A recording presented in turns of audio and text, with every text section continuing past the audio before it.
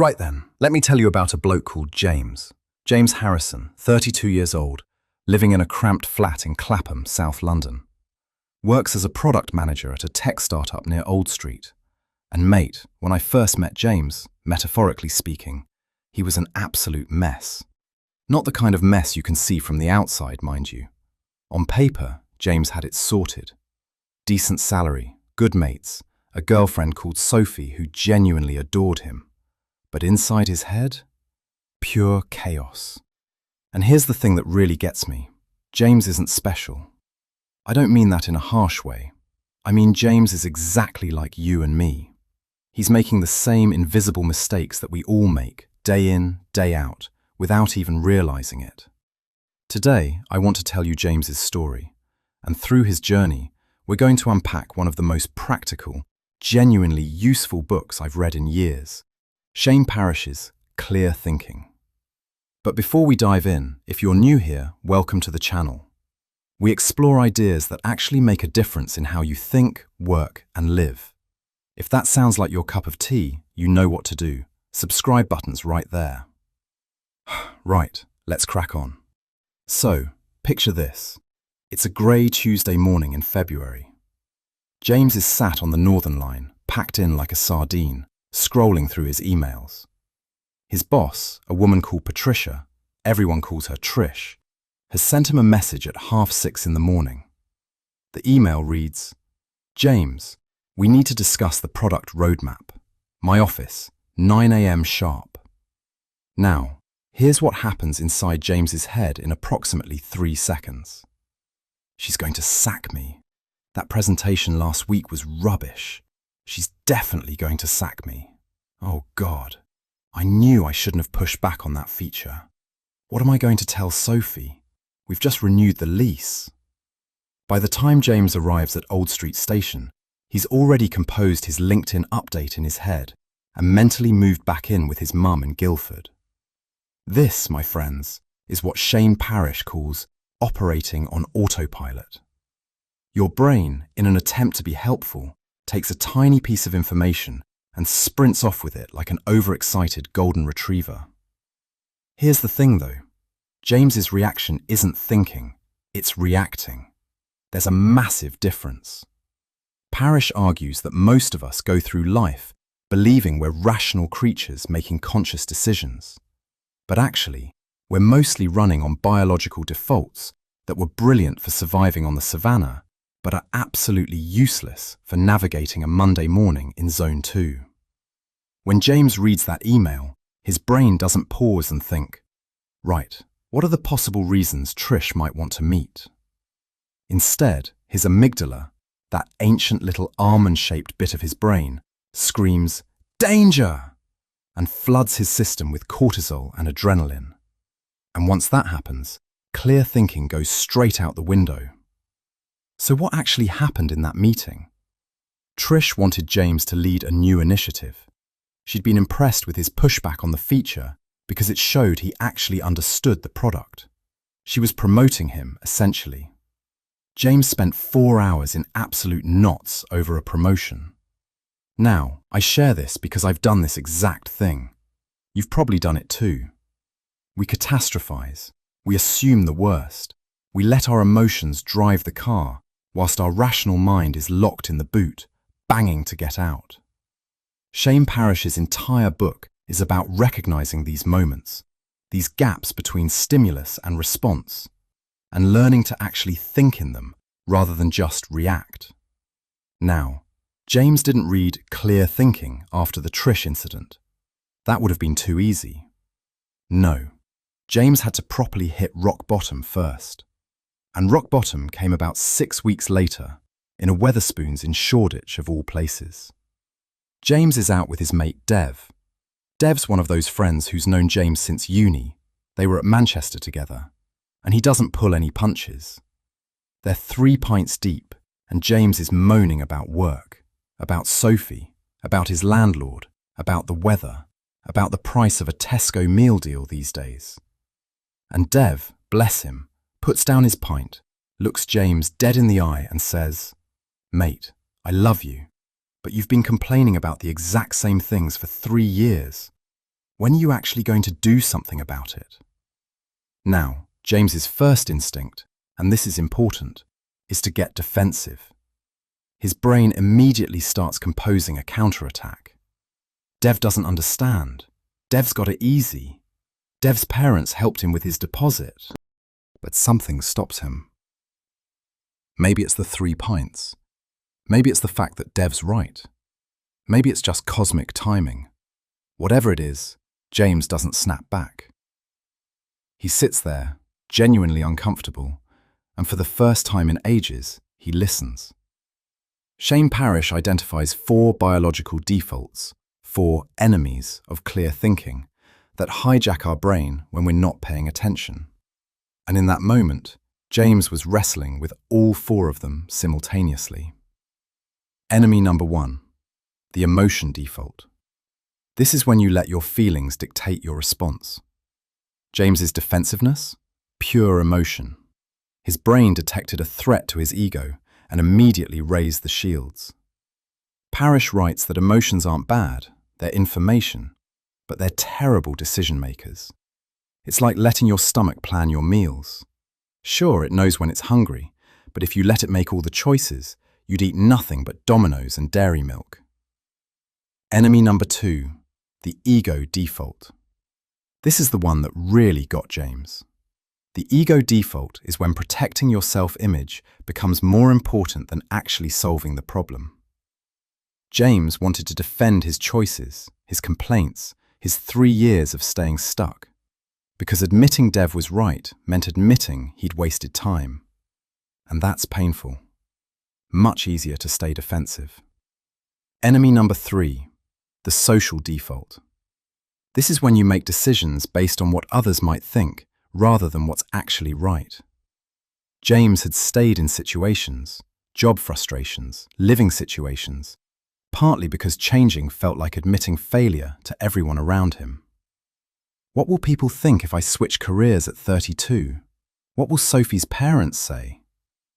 The social default keeps us trapped in prisons of our own making, mate. Enemy number 4, the inertia default. This might be the sneakiest one. The inertia default is simply the tendency to keep doing what you've always done because change requires effort. Newton was right. Objects at rest stay at rest. And so do humans, apparently. In that Wetherspoons, surrounded by sticky tables and the faint smell of fish and chips, James had a moment of genuine clarity. He didn't have answers yet, but he recognized something crucial. He wasn't stuck because of his circumstances. He was stuck because of how he was thinking about his circumstances. Right, so James goes home that night and does something he hasn't done in ages. He actually sits with his thoughts. Sophie's away visiting her sister in Edinburgh, so James has the flat to himself. He makes a cup of tea, Yorkshire tea, obviously, none of that Twinings nonsense, and he sits at the kitchen table with a notebook, and he starts writing. Not journaling in a fancy way, just dumping. Everything that's in his head onto paper. And what comes out is fascinating. He writes about how he snapped at Sophie last week because she asked him to take the bins out. Not because the request was unreasonable, it obviously wasn't, but because he was stressed about work and she was the nearest target. He writes about how he's been avoiding a difficult conversation with his team member Priya because he's scared of conflict. So instead, he's been micromanaging her, which is making everything worse. He writes about how he keeps saying yes to things he doesn't want to do because he's terrified of disappointing people. And here's where Shane Parrish's concept of the space between becomes crucial.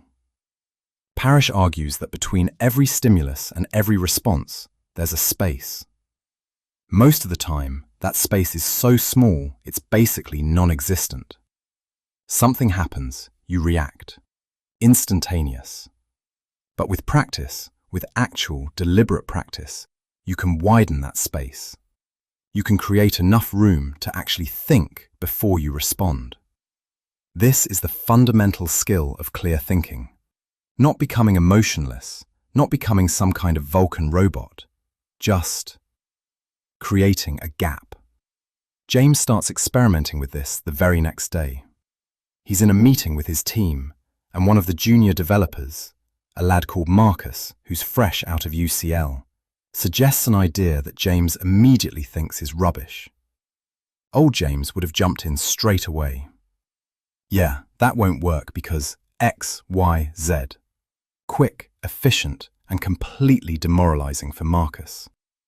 But new James, James who's trying to create space, pauses, takes a breath, and instead of reacting, he asks, "That's interesting, Marcus. Walk me through your thinking." And here's the mad thing. Marcus's idea wasn't rubbish. It was actually quite clever. James's initial reaction was wrong. By creating that tiny space, that half-second of pause, James gave his rational brain time to catch up with his emotional brain. And his rational brain said, "Hang on, let's actually hear this out." Parrish calls this overriding your defaults. It's not suppression. It's not about pretending you don't have an emotional reaction. It's about not letting that reaction drive your behavior. Now, I want to fast forward a bit, because James's transformation didn't happen overnight. It took months. And honestly, he had plenty of setbacks along the way. But let me tell you about a particular Thursday in May, because this is when something really clicked. James had been asked to present to the company's board of directors. Big deal. Career-defining opportunity. Absolutely terrifying. Old James would have approached this by working himself into a frenzy. He'd have stayed up late every night for a week, running through his slides obsessively, catastrophizing about everything that could go wrong, and showing up to the presentation exhausted and jittery. But James had been reading, he'd been thinking, and he'd internalized one of Parrish's most powerful concepts, positioning. See, Parrish argues that most of our energy goes into managing problems that we've actually created for ourselves. We put ourselves in difficult positions, and then we expend enormous effort trying to climb out of them. The smarter approach? Position yourself better from the start. What does this mean practically? It means that clear thinking isn't just about the moment of decision, it's about everything that leads up to that moment. So instead of his usual chaotic preparation, James approached the board presentation differently.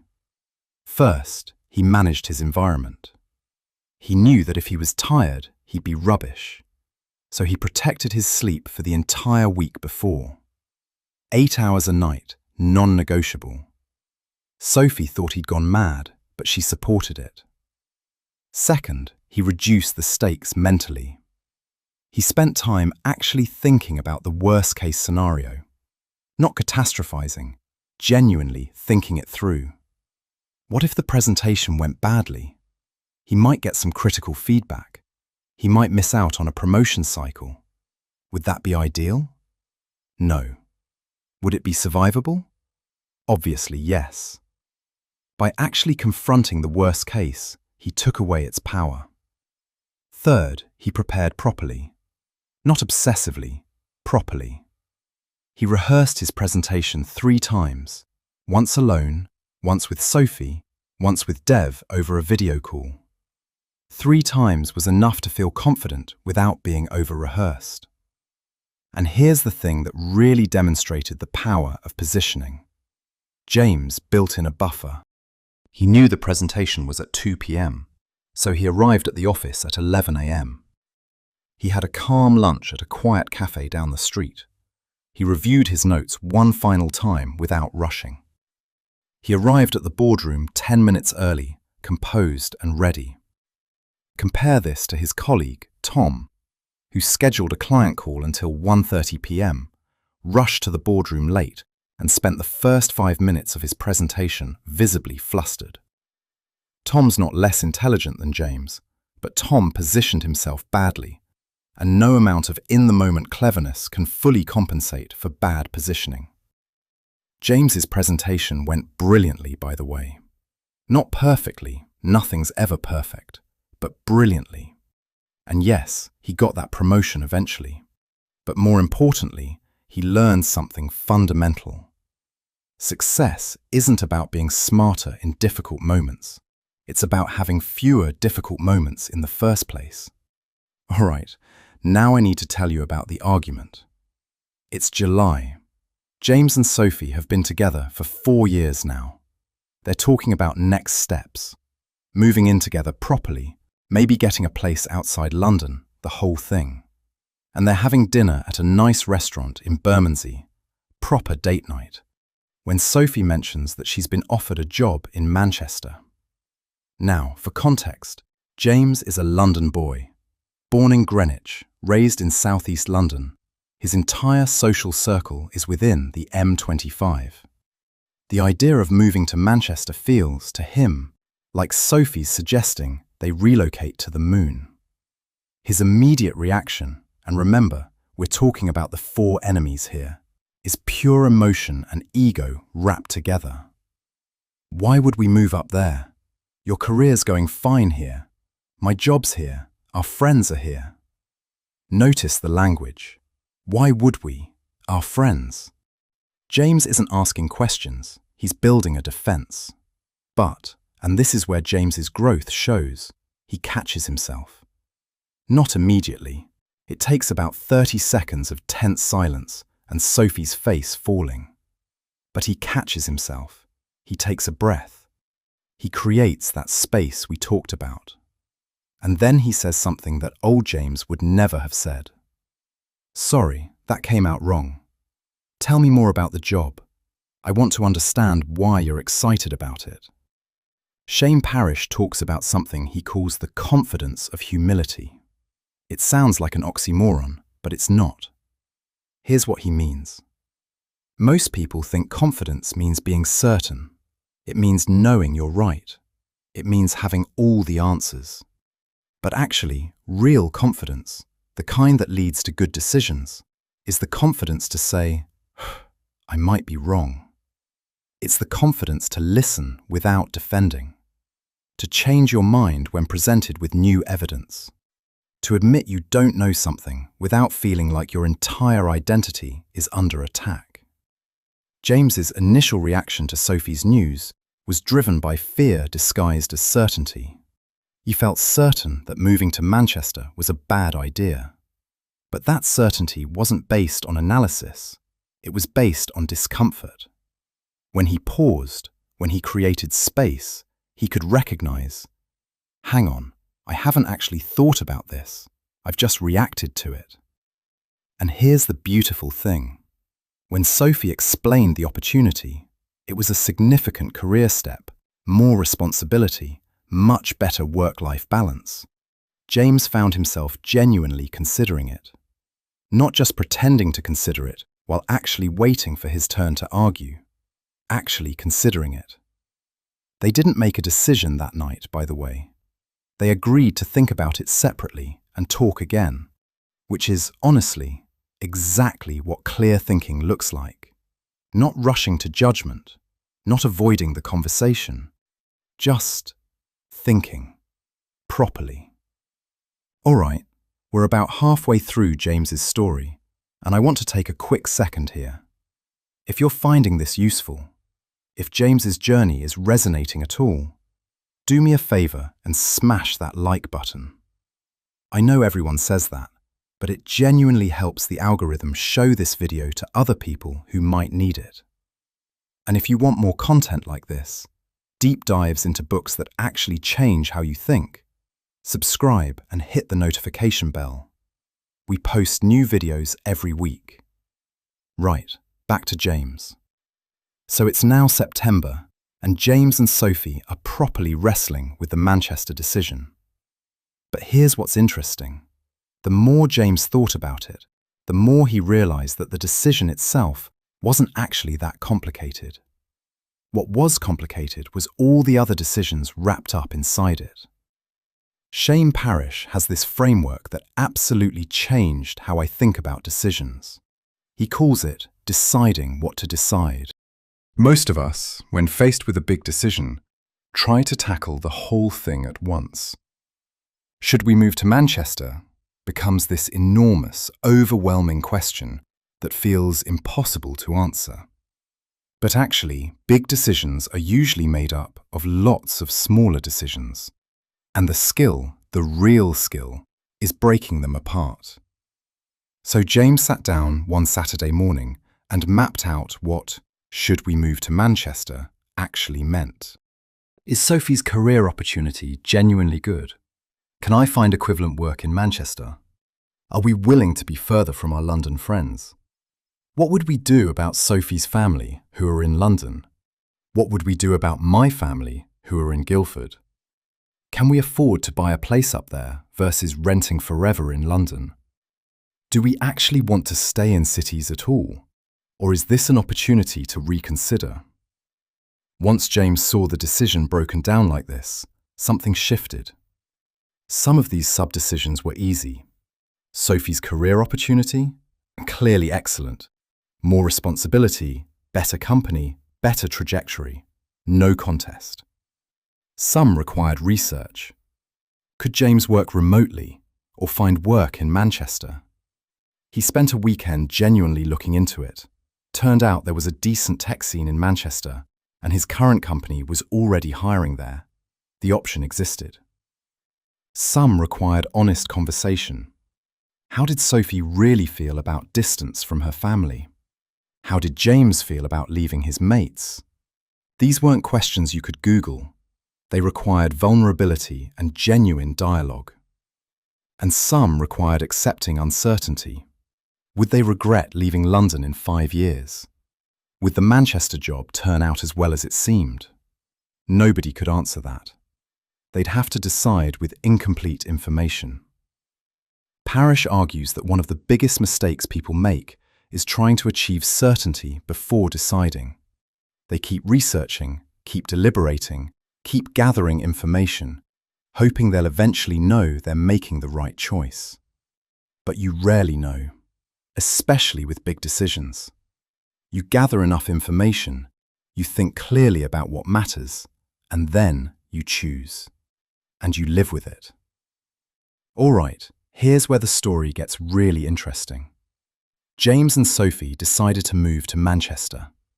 It took them until November to properly commit, but they did it. Found a lovely flat in Didsbury, put their notice in at their London places, and made the jump.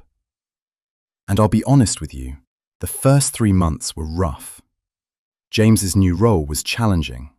Different company culture, new colleagues, a learning curve that felt steeper than expected. Sophie was thriving in her new position, which was wonderful but also highlighted James's struggles. There were moments, dark, quiet moments, when James wondered if they'd made a massive mistake. And this is where Shane Parrish's concept of the long game became absolutely essential. Here's what Parrish argues. Most people optimize for the short term. They make decisions that feel good now, even if those decisions make the future worse. But the best thinkers, the people who consistently make good choices, do the opposite. They're willing to feel uncomfortable now in exchange for a better position later. For James, this meant resisting the urge to catastrophize during the difficult first months. It meant reminding himself regularly that starting anything new is hard. That discomfort isn't the same as failure. He actually started a practice that Parrish recommends, writing letters to his future self. Every Sunday, James would spend 10 minutes writing a note to James in 6 months. He'd describe how he was feeling, what was challenging, what he was learning. And here's why this is powerful. It forces you to take the long view. When you're writing to yourself in 6 months, you naturally think about trajectory rather than current state. Things are hard now becomes, things are hard now, but here's why that might change. By March, James had found his rhythm. He'd built relationships with his new colleagues. He'd figured out the company culture. He was contributing properly. And, this is the bit that really got me, he was happier than he'd been in years. Not because Manchester was inherently better than London, but because he'd made a deliberate choice, thought it through clearly, acted despite uncertainty, and committed to making it work. The happiness wasn't about the destination. It was about the quality of the journey. Let me tell you about one final moment. This happened last month, actually. James is now 34. He's been in Manchester for about 18 months.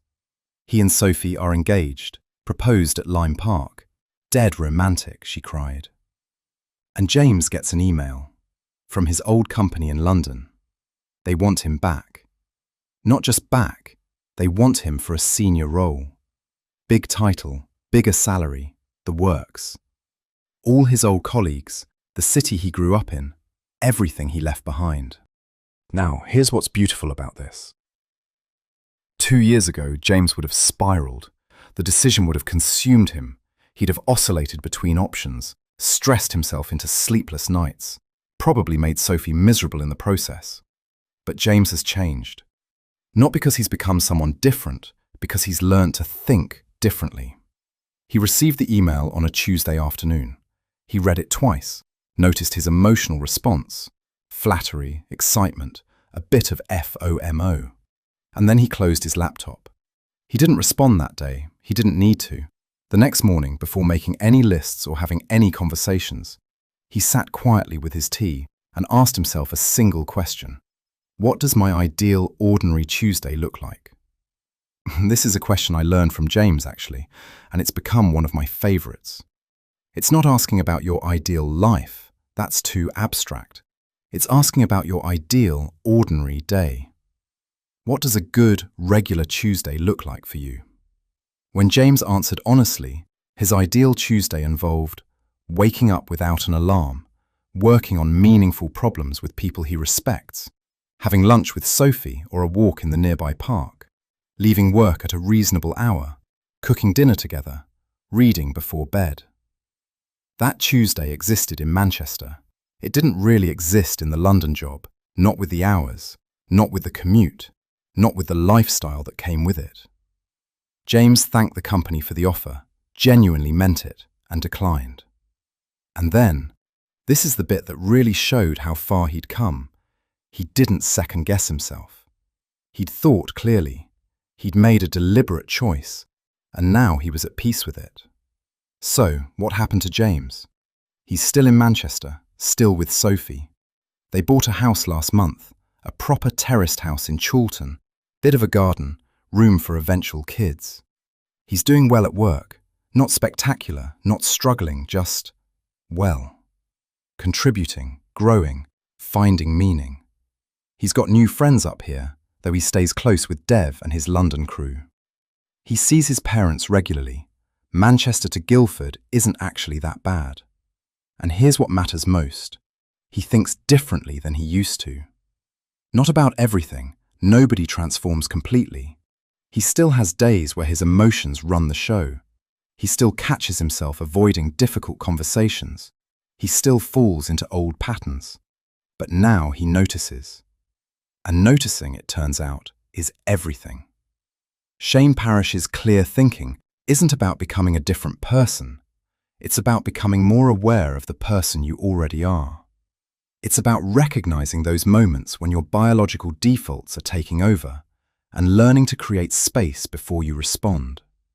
It's about understanding that most of life's problems come not from what happens to us, but from how we react to what happens to us.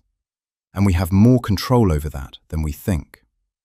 If I had to summarize the entire book in a single idea, it would be this. The quality of your life depends on the quality of your thinking. And the quality of your thinking is a skill you can develop. It takes practice. It takes patience. It takes failing repeatedly and starting again. But it's possible. James did it. You can too. Right, before we wrap up, let me give you the key principles from James's journey and Shane Parrish's book. 1. You have biological defaults, emotion, ego, social pressure, inertia, that hijack your thinking. Recognize them. 2. Between stimulus and response, there's a space. Learn to widen it. That's where clear thinking lives. 3. Position yourself to succeed before the moment of decision. Most problems are solved by not creating them in the first place. 4. True confidence isn't certainty. It's the willingness to be wrong, to listen, to change your mind. 5. Break big decisions into smaller ones. Decide what to decide before you try to decide. 6. Play the long game. Optimize for where you want to be in 5 years, not for comfort today. And 7. Define what a good, ordinary Tuesday looks like. Then make choices that lead toward that. Thanks for watching, everyone. If this resonated, you know what to do. Like, subscribe, share it with a mate who might need it. And if you want more deep dives into books that actually matter, check out this video next. I think you'll love it.